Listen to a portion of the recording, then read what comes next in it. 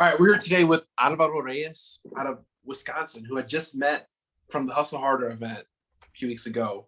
It was a great opportunity. I met a lot of people, a lot of younger people, a lot of younger demographic, which is the perfect opportunity because I like interviewing lots of young people like Alvaro. So, first of all, how old are you? I'm 20 years old out of Milwaukee, Wisconsin. Boom, 20 Just years turned old. 20.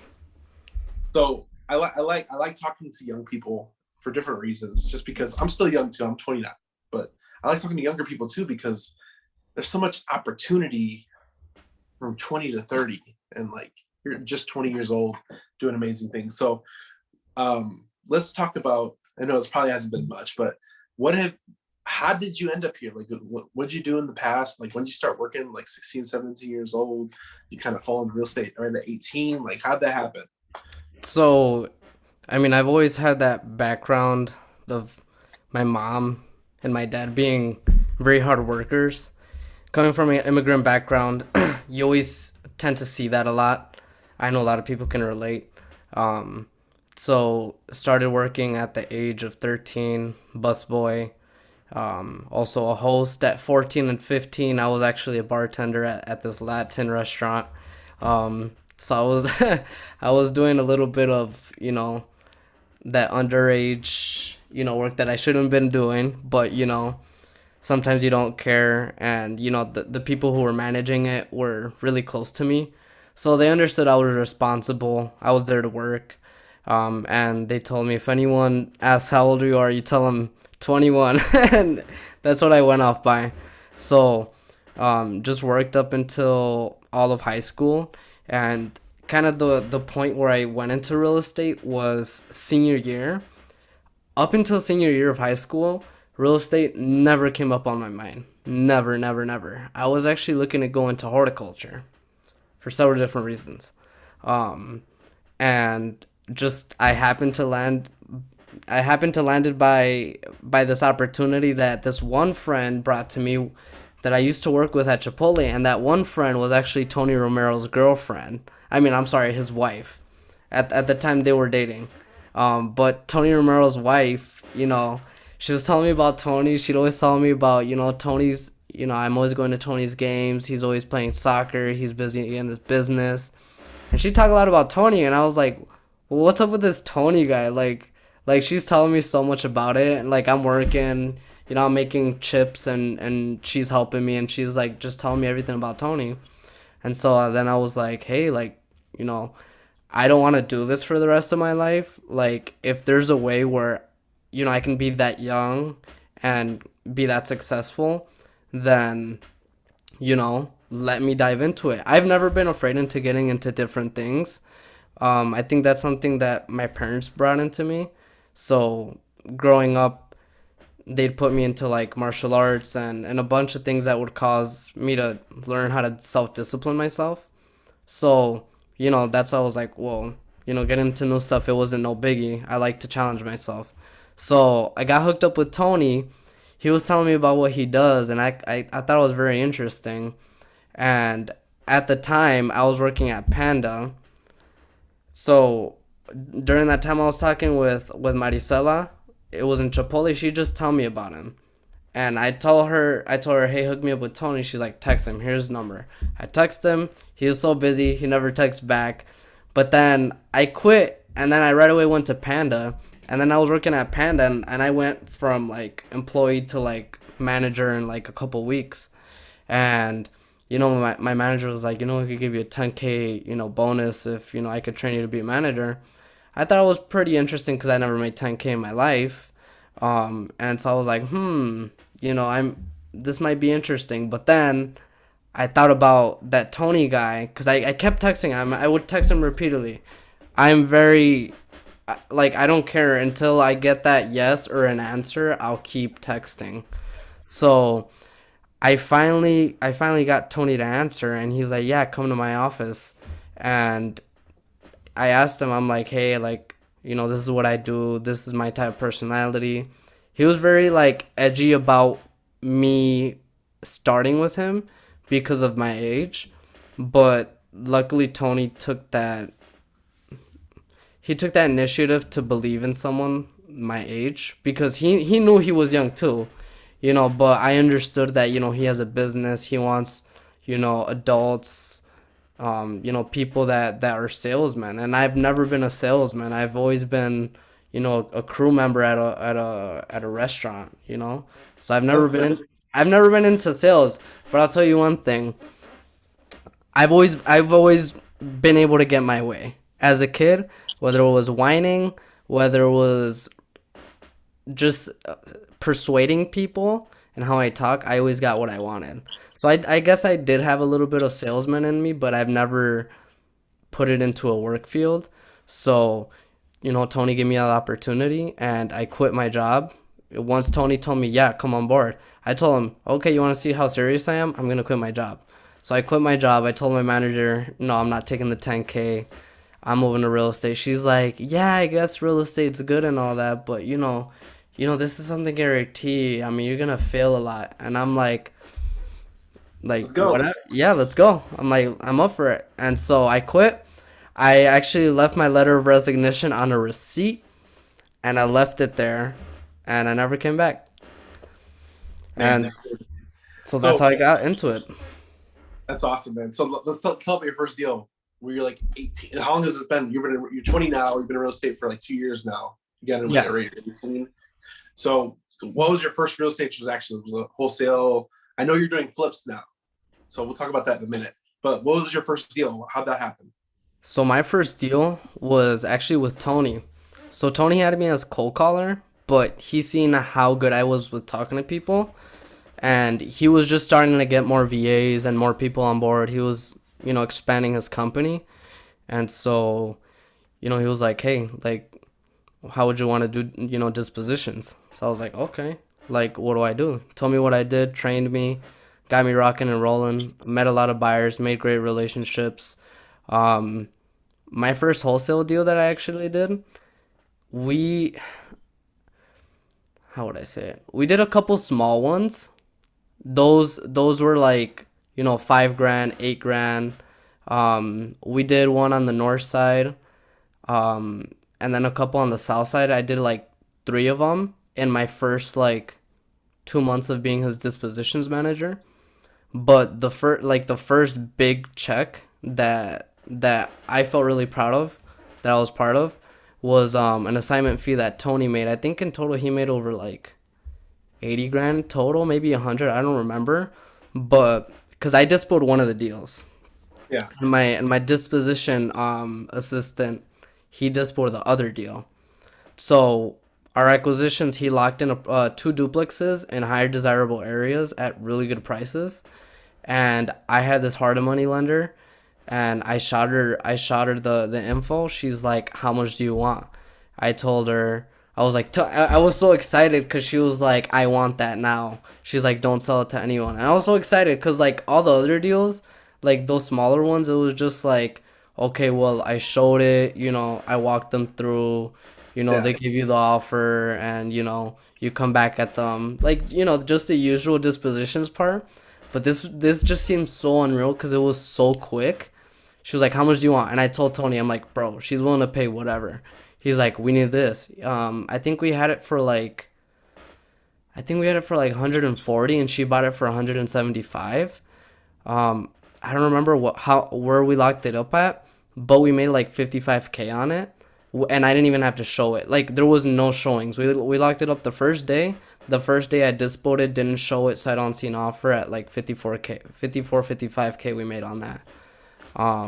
So that was my first big Hungry wholesale cash. deal with him. Yeah. Hungry cash buyers. So you're like, this is amazing. We just sold the same day. You got to really excited about that. Yeah, like I've like once I felt that, like I was like, dude, this is just a matter of rinse and repeat, Like just bring like this is what a quality deal brings, and a lot of the times we're facing buyers, and as coming from a disposition side, like we don't communicate enough with our acquisitions to be like, hey, my buyers would be paying it be buying at this price. Like I could just tell right off the bat, if you lock it up, whether they'll touch it or not. Like I don't even have to run comps. One, because I know their area. Two, because I know what their price point is. You know, Yeah. and a lot of the times when I walk my buyers, Tony hooked me up with some good buyers that will walk with you. They'll tell you, hey, this is something that I'm looking at. A lot of people are gonna tell you that this is typically a lot of work, but if you do it yourself or you do this, you know, your costs are gonna go down. And there's people that keep it real with you, and then you bring that assignment fee, and they look at it and they're like, "Good job. I mean, bring another deal. You know, keep bringing me deals. Keep making this money." You know, there's those good buyers. Those are the buyers we want to work with. But at the same time, you know, in order for us to get that right buyer, we have to do our due diligence and locking it up at the right price, and making sure that, you know, if we're locking it up at this price, that there's enough meat on the bone for them to get a good ass deal and for me to walk away with some cash. Because at the end of the day, as a wholesaler, like, you're not taking on the risk. You know, Yeah. you're just passing off a contract, and at the end of the day, like, there's things that pop up on a property, and now that I'm getting into flipping, I'm seeing it firsthand. And so, I mean, it's been, you know, a great thing to learn during the process. Now you flip to the other side too. Correct. I gotcha. No, it's cool, man. I'm actually working on my first flip too myself. Oh, for real? Yep. Sick. Where is it? California. I'm just doing a hotel. Oh, I got okay. I got a mobile home. Oh, sweet. But so 2 years in real estate. How many deals have you done, even with working for Tony to now? And then now that you're able to, you did so many transactions. Now you're working on your own flip. How many deals have you done so far over the last 2 years?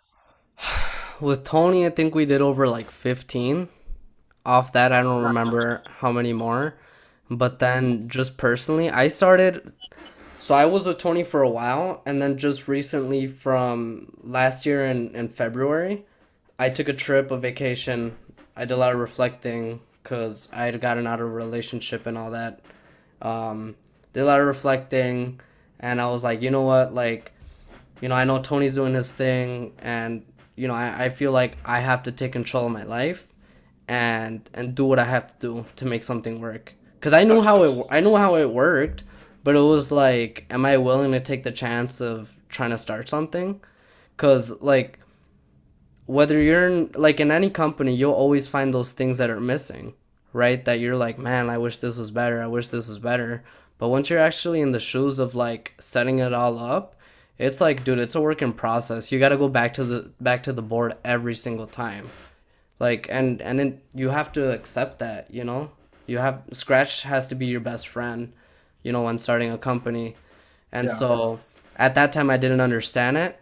From February up until May. No, February, March, April, May. From February to May, I was trying to figure out systems and try to see like if I could get someone to, you know, work with me. Didn't find any luck. Then I talked to an old friend of mine that I used to go to high school with. His name's Aaron Cifuentes, and he took a chance on me. He he you know, lended me money. We got some deals going from May up until now, 5 deals, and we made approximately like 110,000 in those few months off those 4 deals. Like, yeah, we're not doing crazy deals, but at least the margins that we're picking, like, they're good margins. Oh yeah, Oh, yeah. That's plus good. I got another closing in like 2 3 weeks with another colleague of mine, so we got another extra 10K to that. There you go. So yeah, I mean, it hasn't been a lot that we've been doing, just because it's like I say, start from scratch, start from scratch. What do we have to move? Like, I'm reading this book called Profit First, Yep. and really good book. You know, it teaches you about balance. You know, a lot of the times people think balance is adding things. Balance is taking off. Seeing, you know, what you don't need, take it off, and then from there you're good. You know? So, with the flip you're working on now, you found somebody to lend you the private money to buy the flip, right? That's what you're No. doing. So this is how I structured the flip. So Oh, so we made a large chunk of money in December, off the wholesale deal that we did here in Milwaukee. We made 65,000. off that wholesale deal. So we had that money saved up. We got a couple more VAs. And for that flip, well, we have money saved in the bank. For me, saving that money in the bank for me and my partner is a waste. You know, inflation's happening every single day. So it's like, let's not keep it there. Let's figure out how we can put these in different deals. This flip that we're doing, we're actually doing a novation on it. So for anyone that doesn't know novation typically you call it a fix and list. You know, so you're not actually buying the property, you're only going in with rehab. So that's how we're doing it. So the seller, I think she's like 80 something. She has heart problems. She originally bought the property for her children. Her children never occupy the property, so it's been vacant for a couple years now. She's 47K in arrears. She has 122,000 dollar principal. So her payoff amounts like roughly like 160 around there. Then she's got like 25K in judgments. So her payoff amount's gonna be roughly around 190. And when we looked at the property, you know, we were like, okay, well, as is, I can just probably just list it for like 240, 230, which I think we could at least gotten like 220 without touching it. Cause as is well kept, we're like 240, 260. There's nothing that's like majorly flipped in that area with like siding, updated kitchen, updated bathrooms, you know, what a typical flip would look like, you know.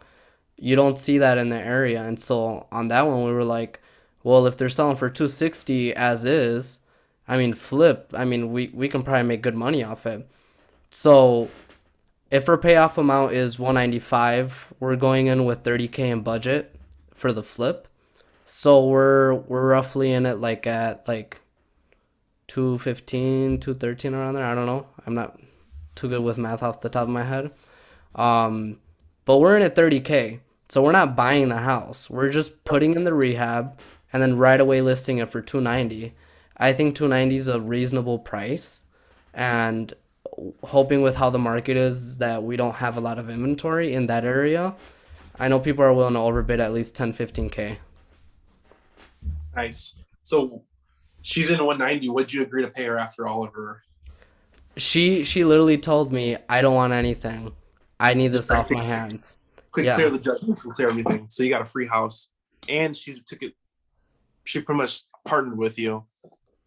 Yeah, and that's what we like to tell our sellers. You know, when we're you know pitching an ovation, like, hey, what you're asking for, it's a lot. And you know, I told the wholesaler too, because I didn't find the lead. A wholesaler brought me the lead, so I had to pay the wholesaler 2 grand cash, because he was trying to wholesale it. No one bid at it. I've also seen a couple other wholesalers that had it under contract for the last 2 years, and no one was able to do anything with it. So, um, you know, we talked to her. We're like, hey, let's partner up on it. Obviously, you've seen no one's been able to close on it at that one at your payoff amount plus the rehab. It's gonna be a lot, you know, to pay full in cash. So we were like, let's partner up on it. We'll go in rehab. We'll take care of any expenses that go out through the months that we're rehabbing. We told her, give us 6 months and it'll be off your name. But worst case scenario, by the end of the year, it should be off your name. And that's not the case for all sellers. You know, some sellers, like, they're like, no, I need it out my name, you know, 8 months, 6 months. And for her, Yeah. it's like, as long as it's off my name by the end of the year, do whatever the hell you want with it. So, Create a win-win scenario. yeah, so we win-win. You know, we help get this off her head, and, you know, we make some good profit off it just going in 30K. No, that's amazing, man. That's an amazing opportunity you created because it wasn't there. And that's the beauty about real estate is you can kind of create your own possibilities, and there's no one way to do it. Mm-hmm. Every transaction is going to be completely different, and everything's going to have different issues. So it's awesome. Yeah. And you adapted and used some of your wholesale money to get some bigger check. That's dope, man. So um, that's awesome, man. So how when are you looking to list the property, and when's that going to all turn out? Um, we're working on flooring right now. Flooring should be done by the end of the week. Nice. Probably less. Um, then we're doing bathrooms and then the kitchens. So hopefully we'll have this done by the end of the month, and I'll probably have it listed within the first or second week of March. There you go. There you go, man. I think a lot of people, they think of they need to do bigger transactions, but you just need to get good hits like that every once in a while. That helps out huge. And you didn't wholesale it. You Yeah. did something. You did something creative. Creative. The creative strategy is where it's at because you can create endless possibilities. Yeah, that's a slogan that my company go by. It's creating solutions with creative financing. You know, Okay, with creative financing, you could literally do anything. You could structure it however you want. It's a fun thing. that's dope, man. That's dope, man. So 20 years old, how do you overcome mindset? Because even now, I can tell you're still kind of green and you're still learning a lot, but you've done a lot even at such a young age. Like, what's some mindset things you got to overcome as far as maybe like confidence or informational stuff like that?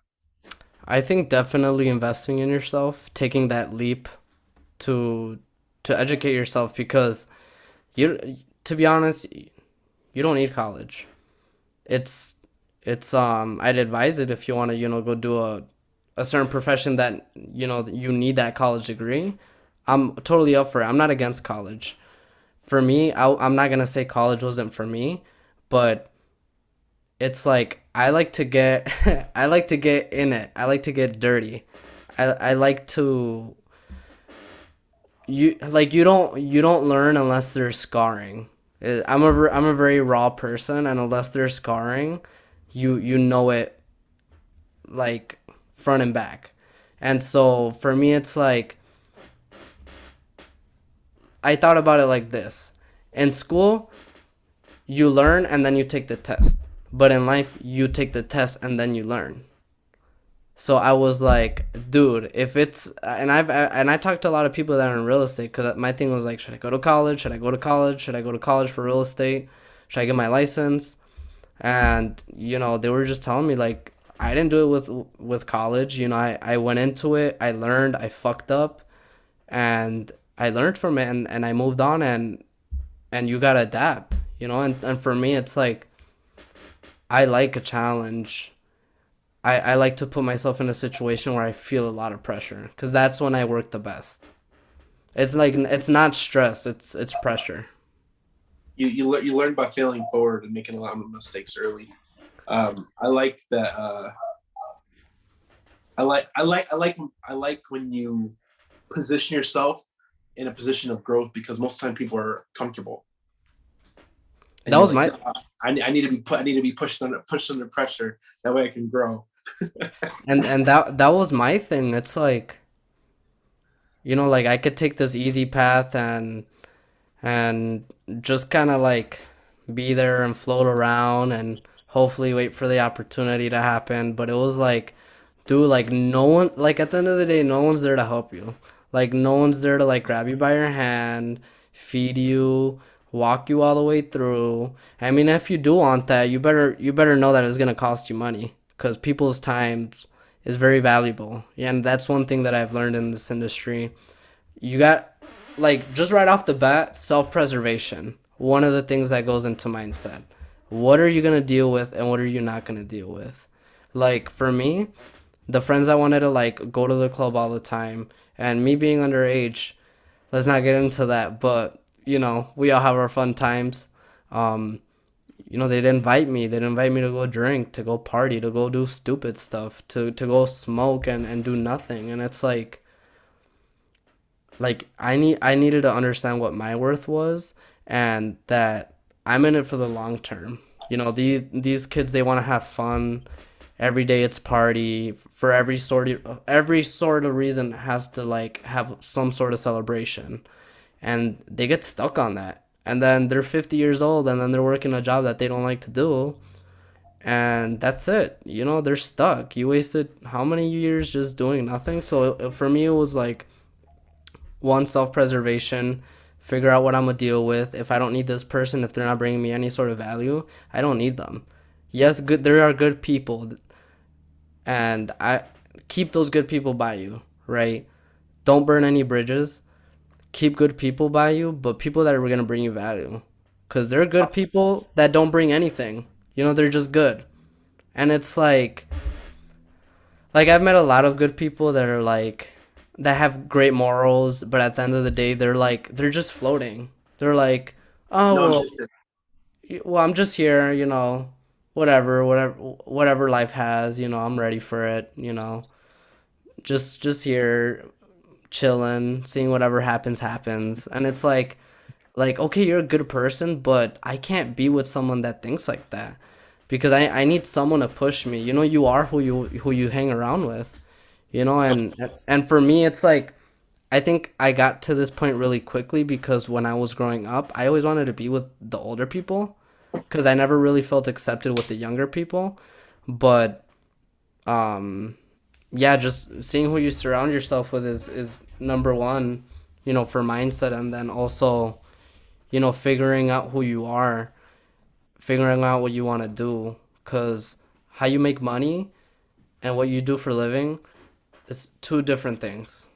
Two different things. And making money is a skill. You learn how to make money, you know?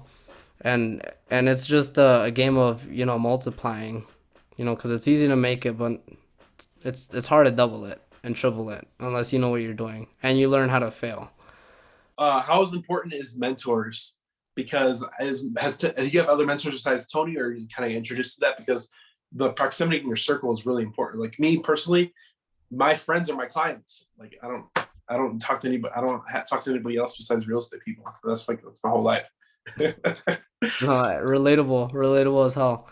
So, I mean, finding that right mentor that has the same morals as you and has the same plans is very important.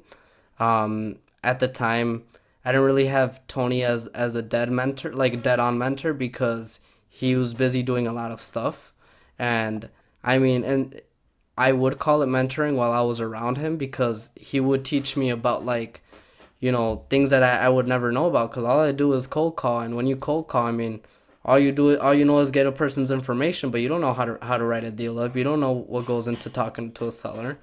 So I did learn a lot during working there. I did get some mentoring, on phone calls, hearing his phone calls. That's very important. It's very important to just, if you don't know how to talk to people, listen to conversations. Listen, if your thing is like, okay, well, I have the lead and I have the information, I just don't know how to talk to the seller. Listen to audios. Listen to someone call. Ask your friend, hey, can I listen to your real estate transaction calls? Like, do you learn a lot? And being confused while learning happens when you're listening to those calls and you're like, what the hell is he talking about? What is this? What is this? Jot it down at the end of the call. Dude, I don't know what happened, but that phone call seemed really cool. What were you talking about when you said this, and this? I learned a lot from Tony in that aspect. And I recently got a mentor. I'm a sub two student with Pace, so having Pace has been awesome because he taught me a different avenue of how to get invested into real estate. Me not having any money, or any knowledge on creative financing, he's been providing it. He provides a lot of his phone calls that he does with sellers, so that helps out a ton. Because when you're looking at these creative deals, sometimes it's so creative that you just have to know how to pitch it because a confused mind will always say no. That's what Pace Yeah. says all the time. And for me, that's something that I live by. It's like, okay, I need to listen to this one more time, one more time, one more time, one more time until I understand it. So having a mentor that can provide that sort of value, show me what you do, how do you do it? Because the thing is I could show you this picture, but it's where did you start? I see that nice ass picture, but did you start in here? Did you start here? And if so, what stroke did you use? It's there's an art to calling. There's an art to negotiating, and you really have to study it like an NBA player studies the game, watching it, rewatching it. And so having a mentor has helped me turn dead leads that I throw away as a wholesaler, as an average wholesaler that knows, you know, the tip of the iceberg. And with what I learned, I've been able to, do my first flip at 20. If I would have never known anything about creative financing, I would have never been in this picture. And I was scared of spending that money. But here's the thing that that I think about. We spend money on buying Gucci, on buying these things that don't guarantee anything to us. They Yep. guarantee some type of social status. But when you invest in yourself, you're asking yourself, man, should I really do it? Like, dude, like wake the hell up. Guarantee yourself something, dog. Cause when you buy this, and this, they're not telling you, that they're gonna make you like the best phone salesperson, or this and that. Like, dude, investing in yourself, yeah, it's a bit scary at first when money's involved, but if you're obsessed with it, you'll make it happen. Because when I got that mentorship, it was $7,000, and I barely got that mentorship like this past summer, and we had like 20K in the bank account. But it's like, okay, That was 20K, a lot.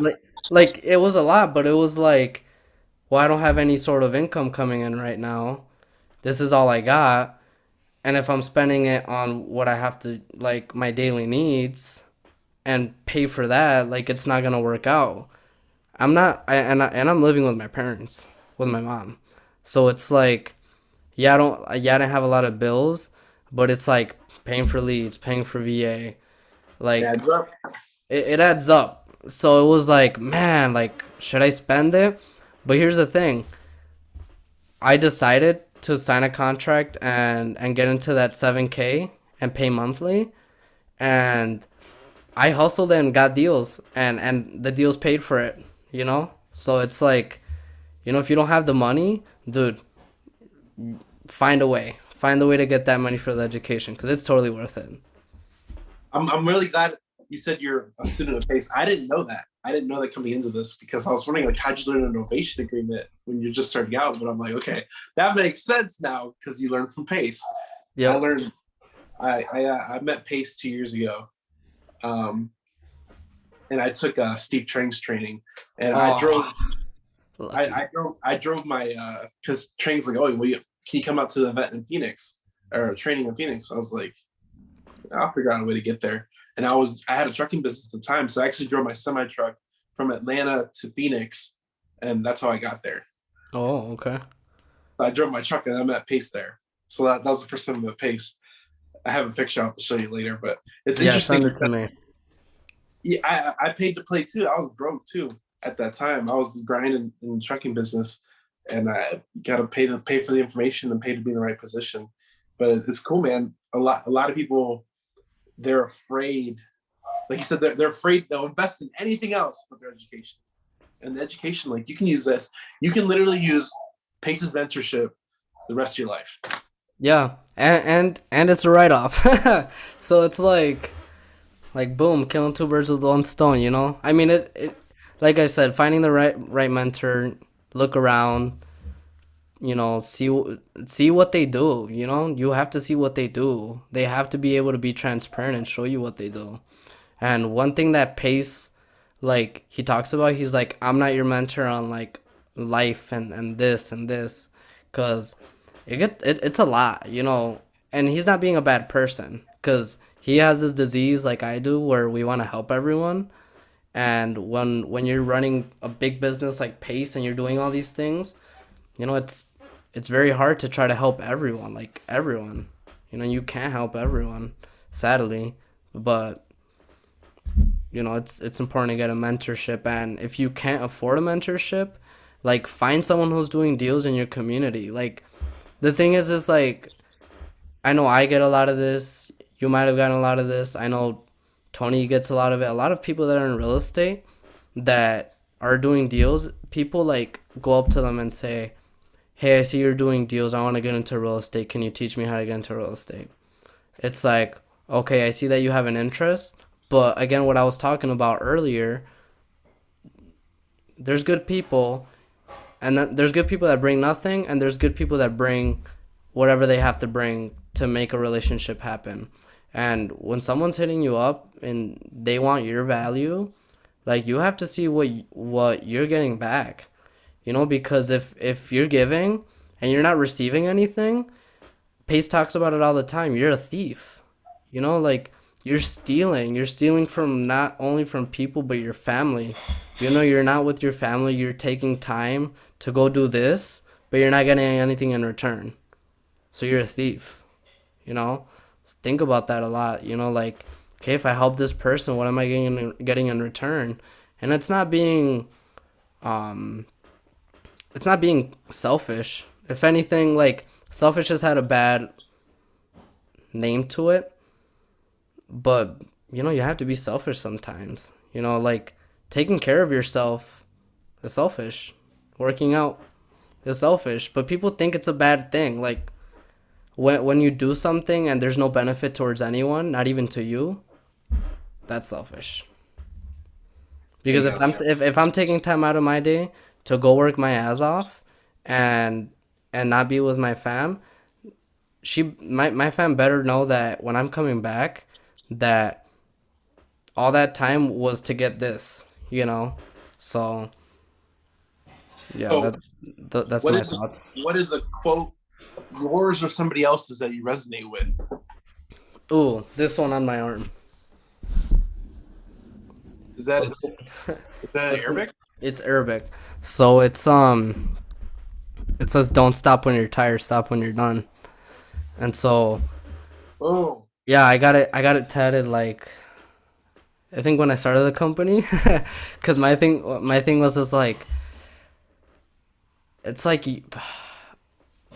back to like the whole mindset thing. It's like it's hard to push yourself every day. It's hard to like motivate yourself. Like we constantly want external things to motivate us, but when you're in the game, who's there? There's no one cheering you on. And it's like when you're in that situation in life where it's like everything or nothing.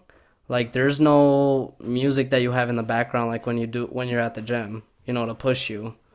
It's you and your voice. And in the book where I got this quote, the author says, the most important conversations that you have is always going to be with yourself. So, you know, being able to talk to yourself, being able to keep yourself accountable, pushing yourself, being honest with yourself is the most important thing, you know, for everything, whether it's with yourself or with anyone else. Like, yeah, honesty hurts, but you have to learn how to take that honesty. You could either take it bad or you could take it good. So, doing a lot of that helps. self motivation. I think it's important for entrepreneurs because there's no one else. There's no boss knocking at your door like, hey, why didn't you wake up yet? You missed your 8 o'clock appointment. So you got to be self motivated. It's got to come from within, and it's the fire that comes within is what truly burns in your business, because you can't train that. No, it comes, and that's why when you're starting, it's hard to find people that are alike. But like that's the thing. It's like there are people that have that fire in them, but they constantly need someone to be motivating them, in order for them to keep that fire going. But you have to find someone that's just like you, just as crazy as you. I want to be around people that are just as crazy as me. And crazy people think crazy is a bad thing. Dude, crazy is a good thing. Crazy You is a know? good thing. Crazy is a good thing in the right crazy when you're in the crazy room. Yeah. When you're in the crazy room, you blend in. Yeah. Outside looking in, everything's your nuts. So I kind of want to hit this. It's kind of a lot of the same line of questioning. Is what is someone can do if they want to get into entrepreneurship at a young age? That's something you did that you kind of struggled with. Um. So what I think is, you know, be a go getter. If you're interested in it, look for it. Because the number one thing you have to have in your mind, whether you're doing real estate, whether you're doing e-commerce, whether you're doing selling lemonade, I don't know what the hell you want to do in entrepreneurship, but in the realm of entrepreneurship, you have to understand that there's a million more other people that want the same thing that you do. And so you have to understand that, there's people that are competing for that first spot, and you have to keep yourself accountable every single time. If you want it, you have to make it happen. And so it's a lot of self-motivating that you have to do. And I'd consider, reading books about entrepreneurship, figure out what other people went through, like understand that, you're not in the worst situation. Things happen, they happen, and move on. And a lot of the people in these books will tell you the same thing, to keep moving when something goes on. As being an entrepreneur, and seeing how you could self motivate yourself is, one, be around the right people. If Notice who you're hanging around with, understand your present moment, be aware. I think being aware is the thing that a lot of people don't do. Be aware of your surroundings. uh See what other people are doing, because if people aren't that are around you aren't pushing themselves to, their absolute, you know limit, to where they can be, like, number one, then don't be around those people. Like, get in contact with people that are in the industry, ask them questions, be honest. Tell them, hey, I'm new, I really don't know what the fuck is going on. I But I could catch on, and this is something that I've always liked. I have a passion for it. Be honest. Tell them that you're willing to see how you can provide any sort of value, because like I said earlier, when you're talking with people that are in the game, that are doing a lot of deals, that just have business going on, they don't have time for someone that's just gonna steal from them. And whether it's time, whether it's knowledge, they need something in return. And so, you know, be honest. Tell people you don't know, anything about, but also do your due diligence. Yeah. Do your due diligence. One thing that my mentor talks about a lot: before you come ask me a question, go look, go ask, go talk to people. Bring me problems. If you don't know how to solve the problem, bring me the problem. And, you know, throw yourself into the fire, throw yourself into the game. Fuck up. That's the only way you're going to learn. Messing up, not knowing what you're doing, that's the way everyone learns. People don't know what they're doing, and then at some point you get a mentor, and then they end up steering you to the right direction. Um, but collabing with other people too, partnering up, you know, there's some sort of value you can bring. Everyone has some sort of value that they can bring, whether it's talking with people, whether it's setting up, like, I don't know, Excel sheets, understanding how the numbers work, looking Whatever at your skill is, whatever whatever your your skill skill, is, that's it. anything.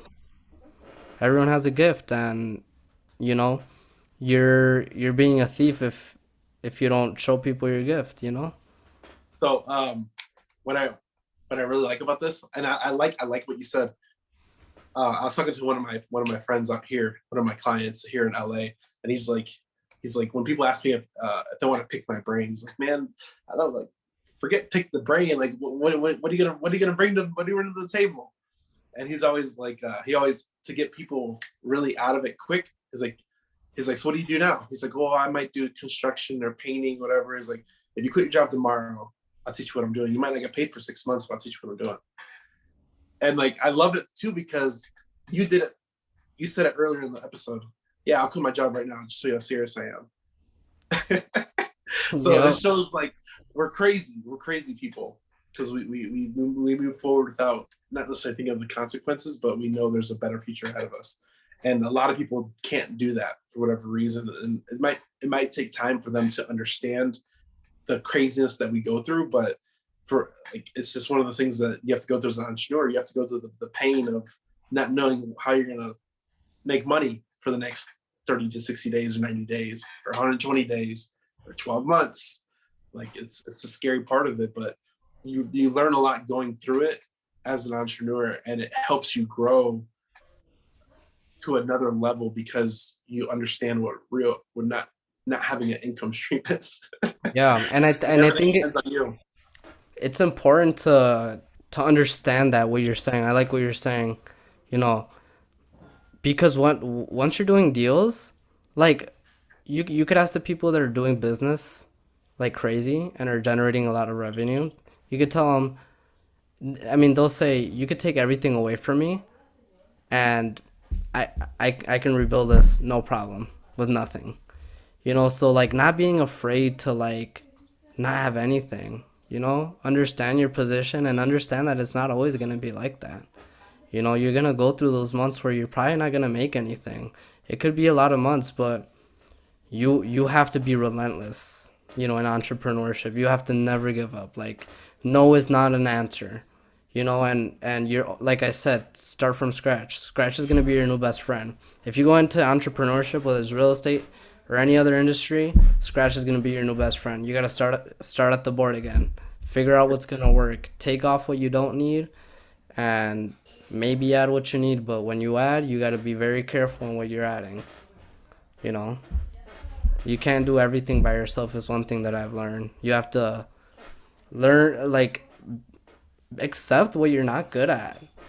Like, if I'm not good at this, dude, I'm wasting my time. I'm gonna spend more time and money figuring out how to do it when I can spend some money, save more time, and get someone to do the right job. Yeah, You can't get a plumber to fix drywall. it's a who not how is the book. Who not how is you hire the right person for the job. I was laughing because I used to cut the grass. I used to cut the grass a lot. I'm like, this was like my dad. My dad was Mexican, so they're like, oh, we always cut the grass, and I had to cut Mm-hmm. the grass growing up. And then I bought a house and I'll cut the grass. And I'm like, yeah, grass. And then once I became an entrepreneur, I'm like, man, fuck the grass. There's people I could pay somebody to do this and they'll knock it out in 20 minutes versus my hour and a half. And I'm like, I don't even want to cut the grass anymore. Like Yep. I have better things I could do instead of cutting grass or changing the oil. Even though I know how to change the oil, I'm like, no. There's professionals out there that's what they do, and they'll knock it out faster than I ever could. They have the proper tools, and there's no way I can hurt myself. Mm-hmm. Like there's this quote that I like that I heard from Eric Thomas. Um, and if you can't motivate yourself, listen to those who are motivating. But at some point, you gotta cut it, because it's your job. It's your job to motivate yourself. A great quote that he said is, "Rich people don't work; they think." And this country was built off people who put other people to work. And it's like there's always, regardless. I'm not a big fan of big corporates like McDonald's and all those other companies where the wage is very low. But if that's not something that you're into, like go be an entrepreneur. Like that, I got tired of it. I got tired. I got tired of being average, and I was just like, dude, there has to be a way to like make money. But then I think you get to a point where you make money and you can also not be happy, you know. And even like I've learned to not have money and be really freaking happy. Like really happy. I enjoy the struggle, I enjoy the process. The process is my best friend. And you know, a lot of people have to understand that and realize it and make it part of their life. We're internal moving machines. We inspire and motivate ourselves. We have to inspire and motivate our people too, because sometimes they need the motivation too. So you have to become in turn. You have to motivate yourself so much that you motivate other people. Yeah, because I've heard with this one thing, people don't base their life off what you say; they base their life off what you do. And so, you know, you want to keep others accountable, keep yourself accountable. And if you can't, you can't lead anyone. There you go. So, where can people find you online? What's your Instagram? What's your Facebook? How can people connect with you? And you're doing deals in Wisconsin, so kind of Um, promote there. I'll take any deals. I think one thing that I've learned is to not be scared of anything. Take the opportunity if it's there. And when I learned creative financing, I learned that anything's possible. So, I'll take anything that's anywhere Midwest. If you guys have any deals in Wisconsin, Minnesota, Chicago, Illinois, Michigan, anywhere in the Midwest, also Florida, Texas. Nothing in California, sadly. That market's really expensive. Any Airbnb opportunities, please let me know. I love to take those on. I'll buy any deals, either creatively. I also help people underwrite creative deals and wholesale deals. I can also help dispo any deals. So I'll be giving Daniel my information where you guys can connect with me. But you could reach out to Reyes on Facebook.